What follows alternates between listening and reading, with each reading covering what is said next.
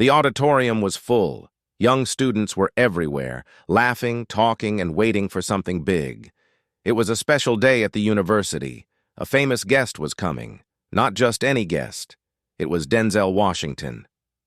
When Denzel walked onto the stage, the crowd stood up and clapped loudly. Cameras flashed. Some students took selfies. Many were excited just to see a Hollywood star. But Denzel didn't smile much. His face was calm, serious. He didn't come to entertain. He came to speak. He looked at the students. Then he began, "Some of you want to be rich. Some of you want to be famous. But let me tell you something real. Fame without purpose is dangerous." The room went quiet. Everyone listened, but not everyone truly heard him.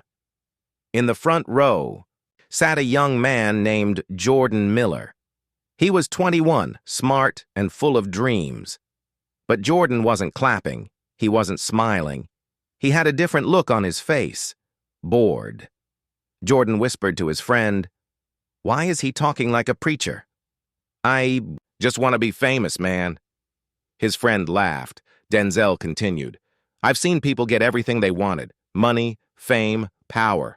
And I've seen those same people lose everything because they didn't know who they were inside."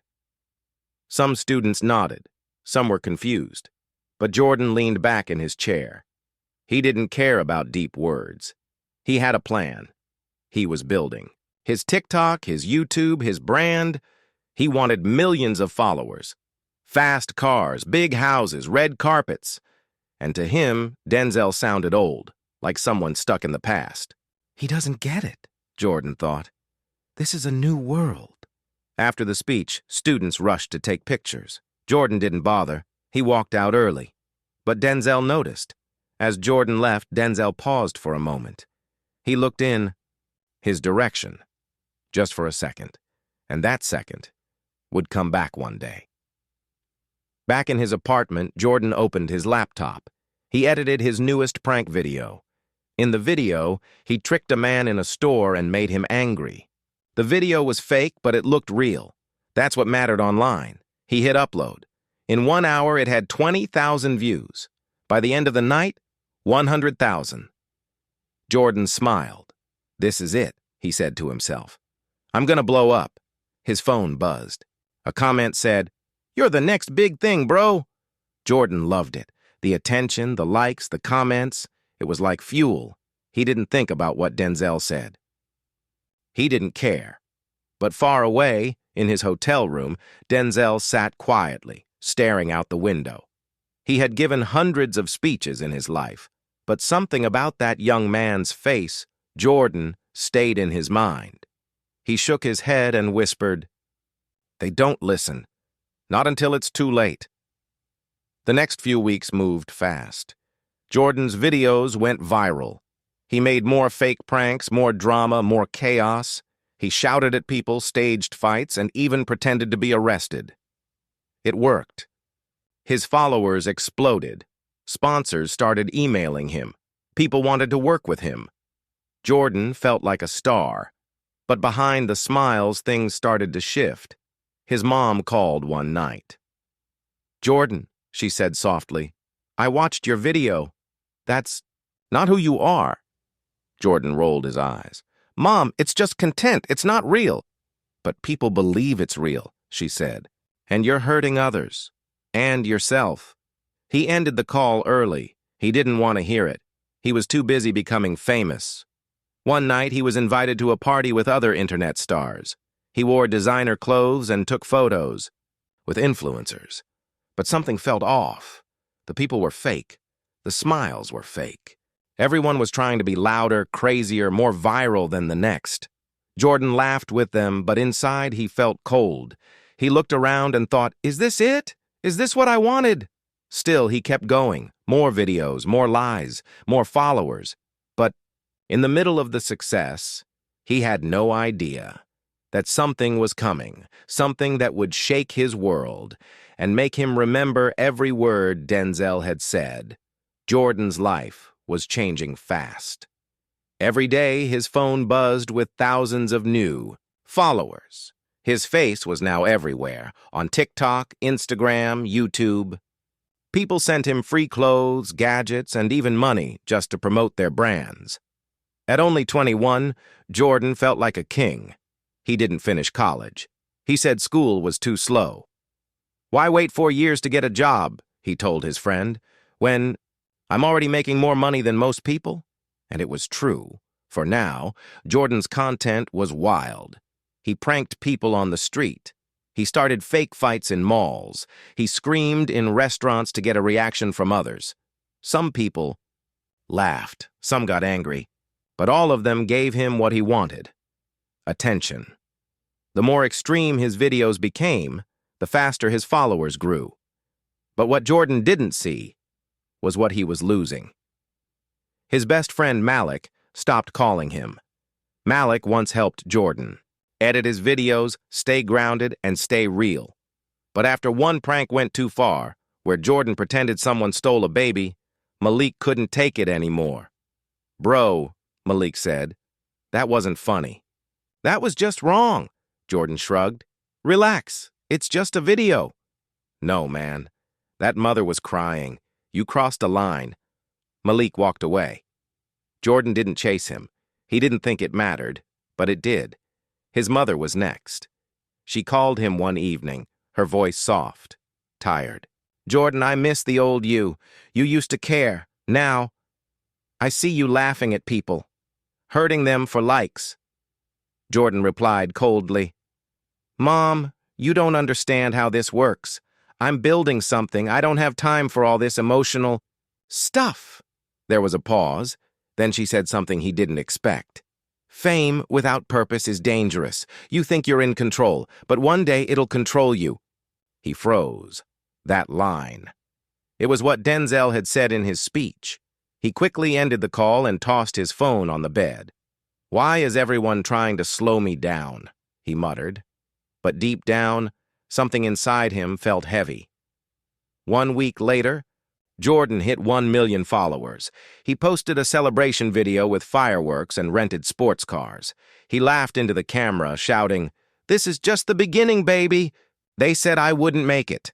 Look at me now." Everyone online cheered. But in real life, Jordan was alone in a hotel room. The friends in the video were paid actors. The sports cars were rented. The smiles were for the camera. When he turned off the lights, silence filled the room, and for the first time, he couldn't sleep.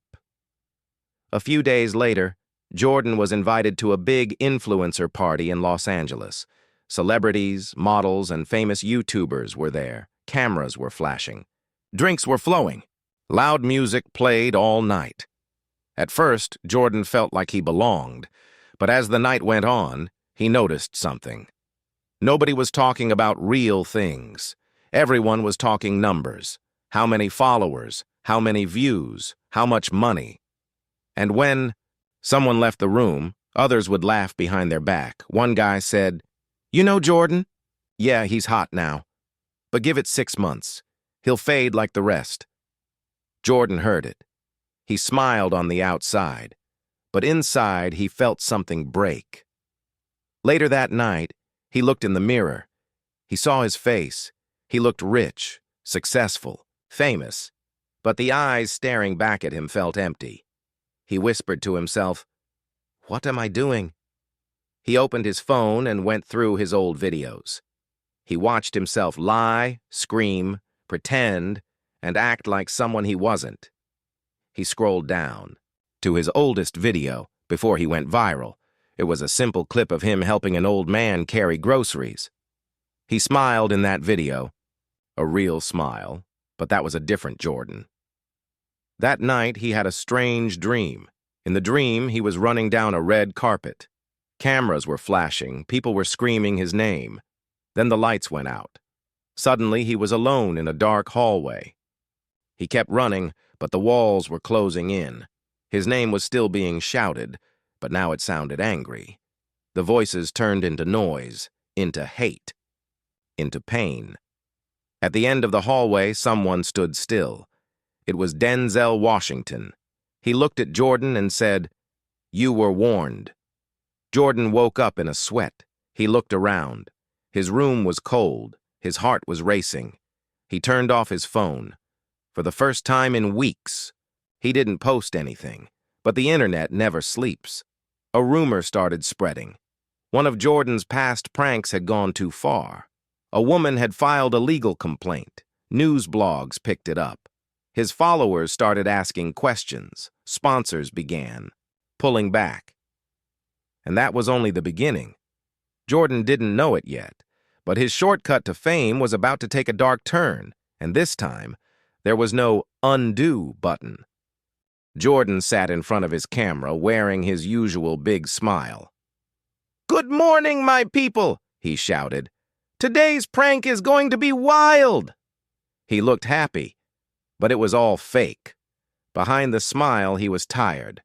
Behind the energy, he was scared. For the last few days, his life had been falling apart, and fast. It started with a message. Someone sent him a clip from one of his old videos.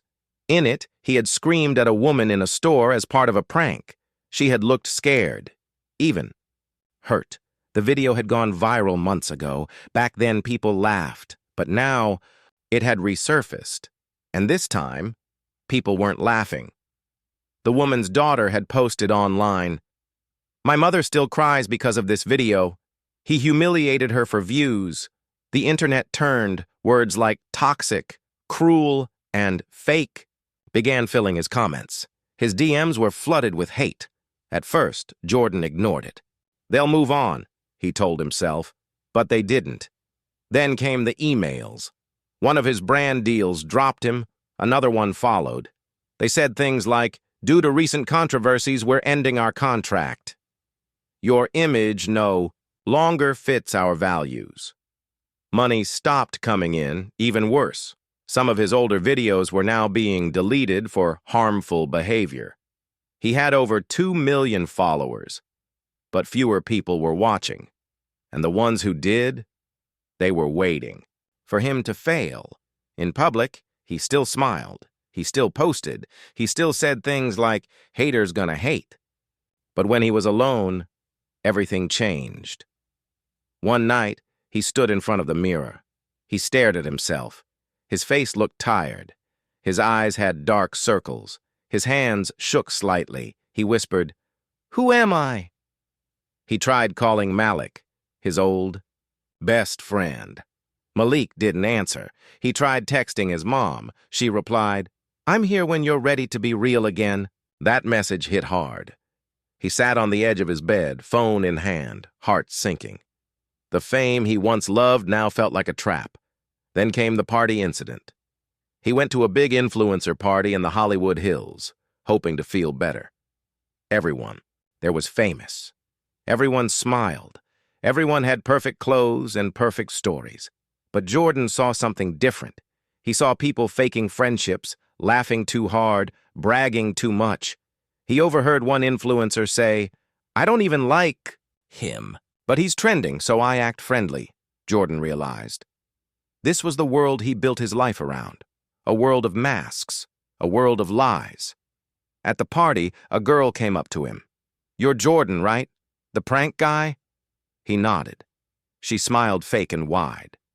"I used to love your stuff, before it got weird." Before Jordan could respond, she turned and walked away. That night, he left early. He drove through the city, alone. No music, no calls, just silence. And for the first time, he thought about quitting. But quitting what? He didn't even know what was real anymore. Back at home, he went live on Instagram. He sat in the dark, face serious. He said, "Hey, I don't know how to say this, but I'm tired. Tired of pretending. Tired of faking everything for views. I don't even know if people care about the real me." Thousands joined the live. Some commented, "Finally, he's being honest. Too late now. You did this to yourself." He ended the live and sat there, staring at the screen. The mask had cracked, but it wasn't fully off. Not yet. The next morning, he received a letter, a real paper letter. No one sent letters anymore.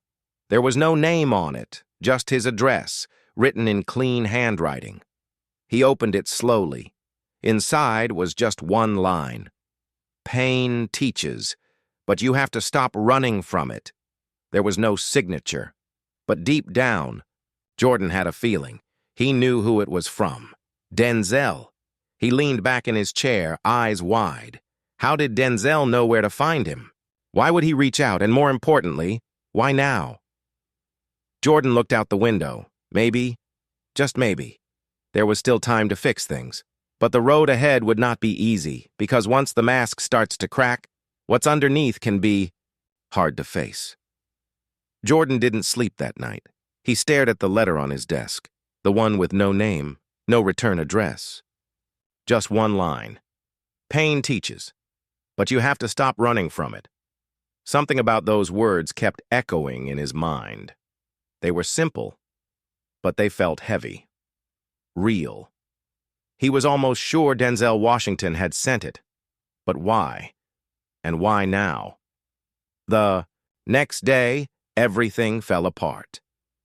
It started with an email, one that made his stomach twist.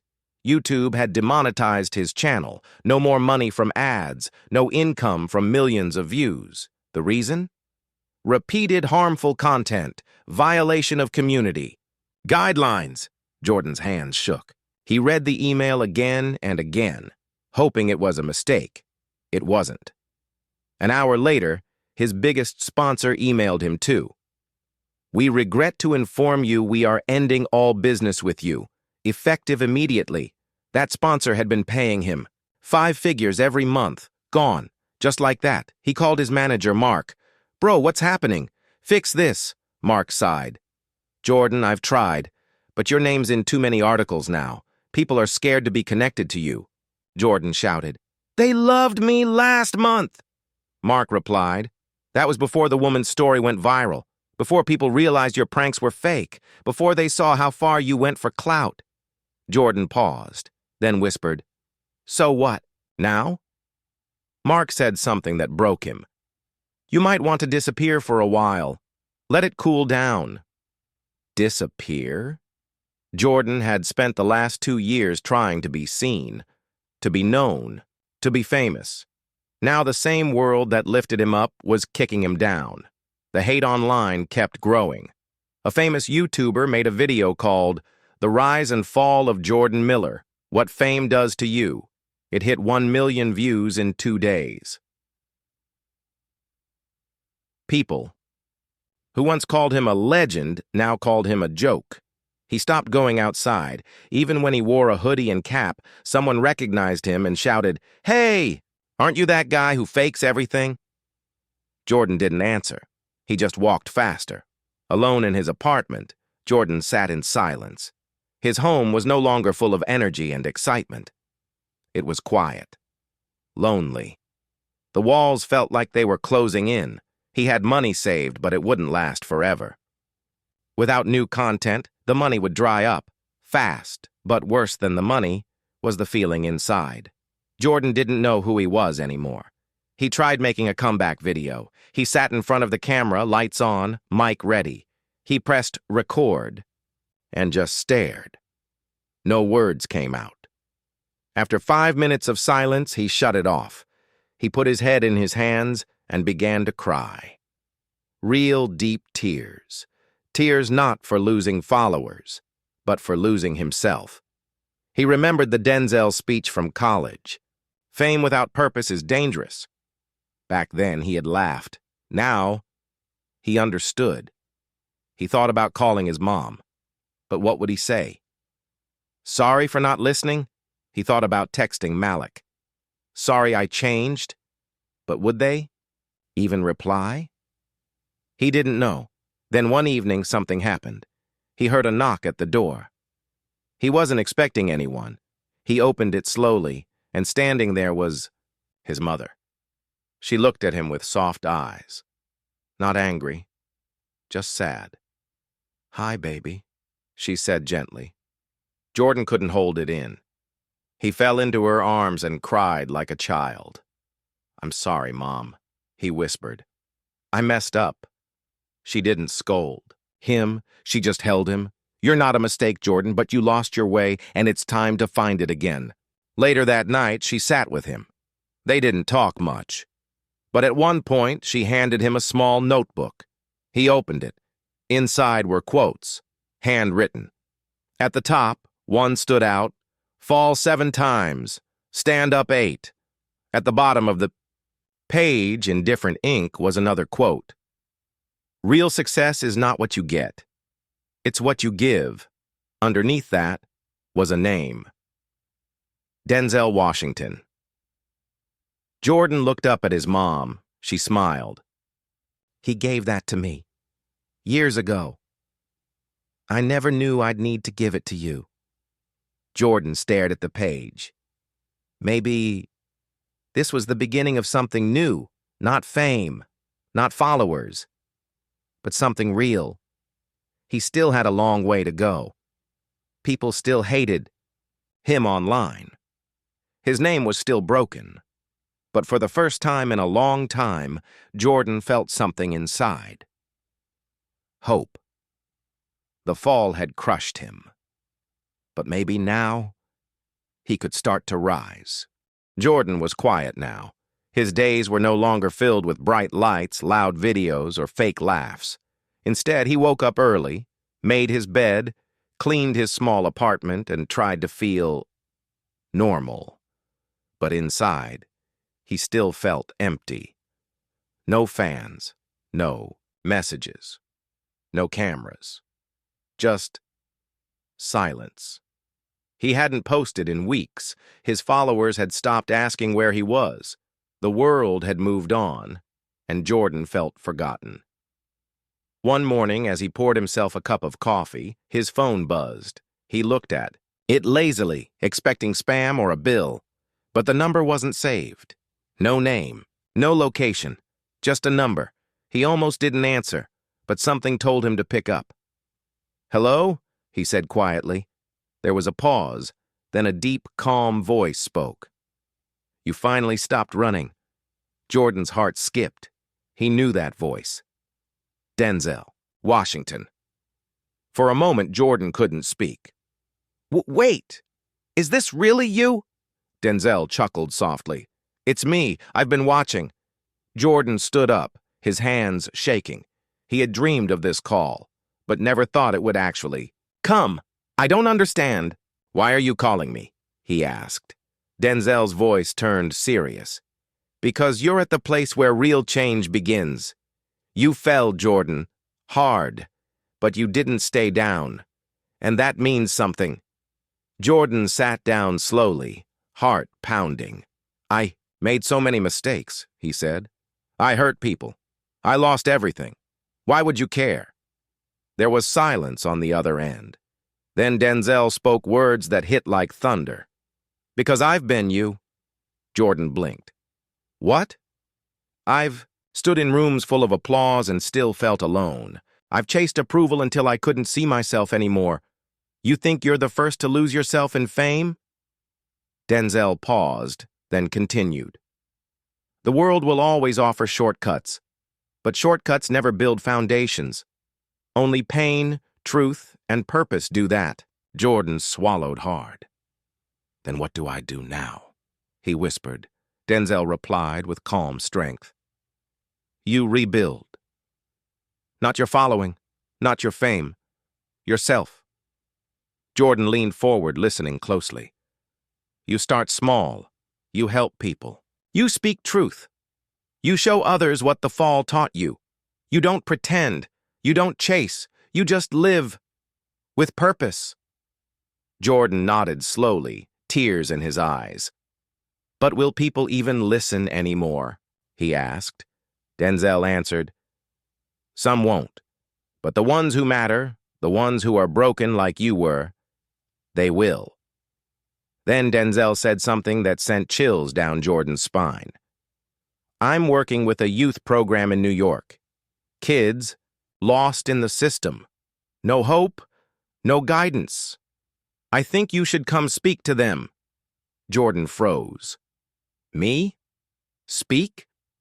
Yes. You've seen both sides. They'll listen to you more than they'll ever listen to me. Because you've lived the fall. And you're still here. Jordan didn't respond at first. He stared out the window, thinking, could he really stand in front of people again? Not as a prankster, not as an influencer, but as himself?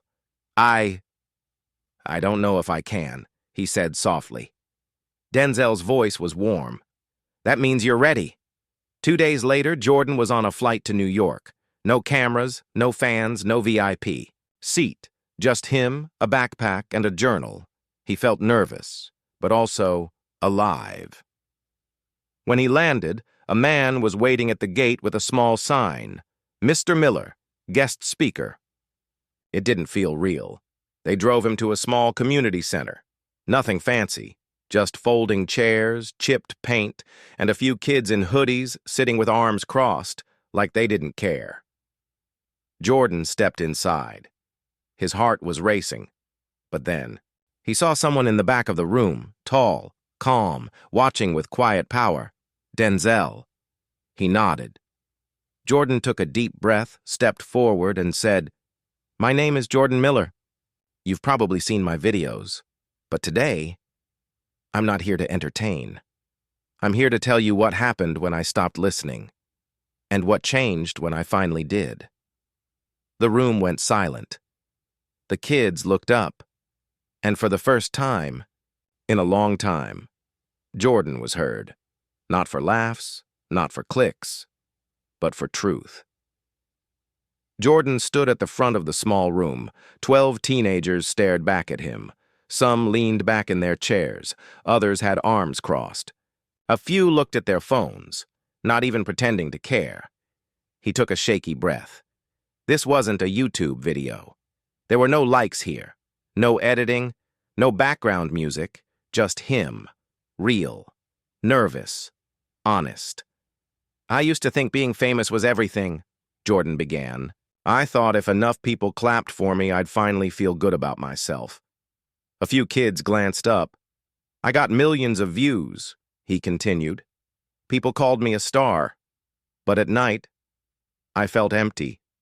Still, most of the room stayed quiet." Jordan pushed through it. "I hurt people for laughs. I made fake friends.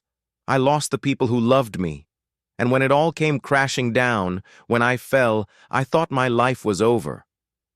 There was silence. A girl in the second row lowered her phone. Jordan's voice grew stronger. "But then, I heard a voice I ignored once, a voice that told me the truth." He looked to the back of the room. Denzel Washington sat quietly, arms folded, watching with calm eyes. Jordan nodded. That voice said, "Pain teaches." And he was right. One boy raised his hand slowly. "Did you really lose everything?" Jordan smiled sadly. "Yeah, the fame, the money, even myself." "Why'd you come here?" the boy asked. Jordan thought for a moment, then said, "Because maybe if I tell you the truth, you won't make the same mistake. Maybe you'll choose purpose before fame. Maybe you'll listen to your gut before it's too late." That's when the shift happened. A girl with purple braids raised her hand. "My brother's in jail. He was trying to impress people online. He did something stupid." Jordan looked at her gently. "I get that. I tried to impress too. But real strength? It's quiet. It doesn't need to show off." More hands went up. One kid talked about fighting at school just to feel seen. Another said he'd do anything for attention, even if it meant lying. A girl admitted she hadn't smiled in weeks, and Jordan listened, not as a star, not as an influencer, but as a human. He stayed with them for hours. He told stories, not for laughs, but to teach. He admitted his mistakes. He shared the good and the ugly, and by the end of the day, they were listening. Outside, Denzel met him by the door. "You did good," he said. Jordan shook his head. "I didn't do anything special." Denzel smiled. "You showed up. That's more than most ever do." They walked together through the city. Jordan looked around at the real world. The people rushing home, the street musicians, the kids playing with nothing but a ball and a dream. He realized something. These people weren't chasing clout. They were chasing life. Later that night, Jordan sat in a small hotel room. He didn't scroll through social media. He didn't check his follower count. Instead, he opened a notebook and wrote one sentence. "My voice is not for noise. It's for healing." He closed the book and exhaled. For the first time in a long time, he felt whole. The next day, he received a message. It wasn't from a brand or a sponsor. It was from one of the kids at the center. It said, "Thanks, Jordan, for being real. You saved me from going down the same road." Jordan stared at the message, his eyes filled with tears, not of pain, not of regret, but of purpose. That night, he opened his camera. He didn't turn on the ring light. He didn't wear his usual hoodie. He just spoke. "I'm not here to entertain today," he said. "I'm here to tell you that fame without meaning will eat you alive. I learned that the hard way, but you don't have to." The video went up. No flashy title. No clickbait. Just the truth. And to his surprise, people listened. Not millions, but enough. Enough to start something new. Weeks passed. Jordan didn't return to YouTube with big videos or wild stunts. He didn't chase views or trends. Instead, he posted small clips, honest ones, talking about failure, talking about regret, talking about growth. And slowly, people came back. Not the same crowd, not the noise. This time it was different. The comments said things like, "I needed this today. I see you now, Jordan.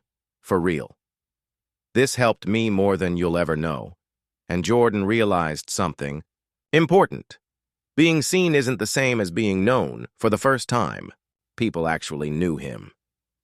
One evening, Jordan returned home, not to Los Angeles, not to the fancy apartment with lights and gear. He went back to the quiet house where he grew up. His mother opened the door, smiling.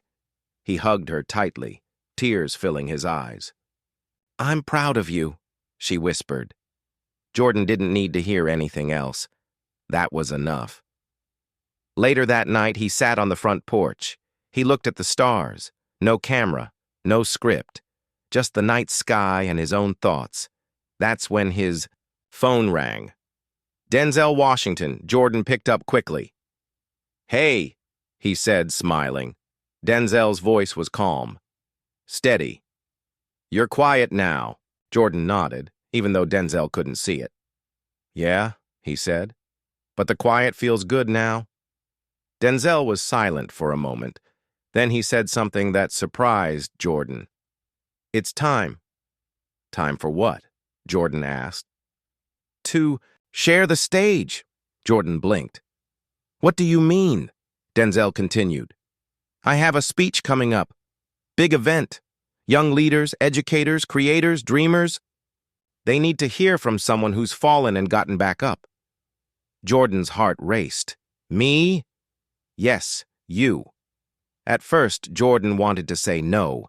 He didn't feel ready, but something inside him whispered, "You don't have to be perfect. Just honest." He took a deep breath and said, "Okay, I'll do it." A week later, Jordan stood backstage at a large auditorium. Bright lights, hundreds of people, all waiting. He could hear Denzel's deep voice echoing through the speakers. Powerful, wise.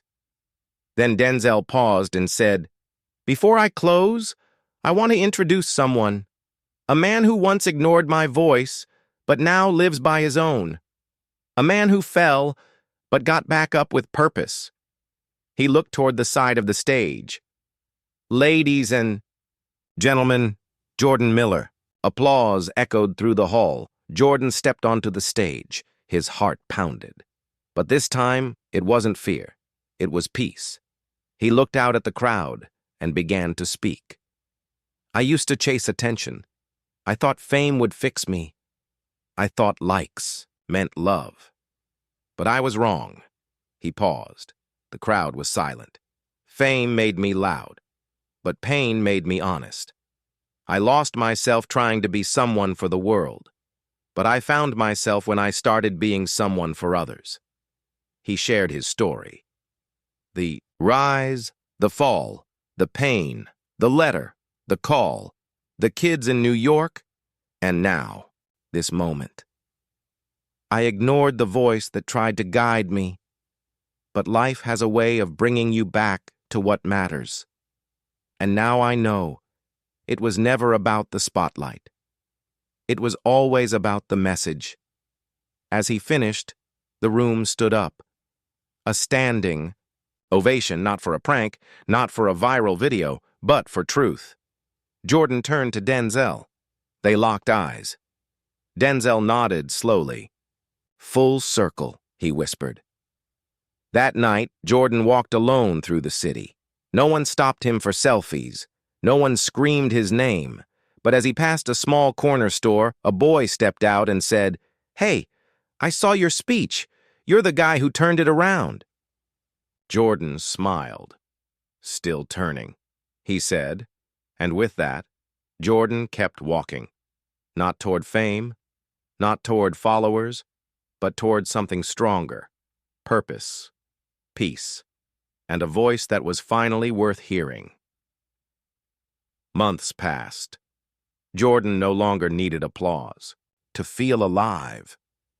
He had found something deeper, something that didn't fade with the algorithm. Real connection. He spoke at schools, shelters, and rehab centers. No cameras, no microphones, just truth and listening ears. One day he received a package, no return address. Inside he found a letter, written by hand. The paper was slightly torn, the handwriting uneven, but the words inside shook him. "Dear Jordan, I don't know if you'll ever read this. A few months ago, I was ready to give up. I felt like no one saw me. I thought maybe disappearing would make things easier. Then I came across your video. Not the funny one. The real one. The one where you talked about losing everything. That video saved me. It made me feel less alone. It made me want to fight again. I started writing letters instead of breaking things. I started helping at a youth center. I don't have much, but I have hope now. And you gave that to me.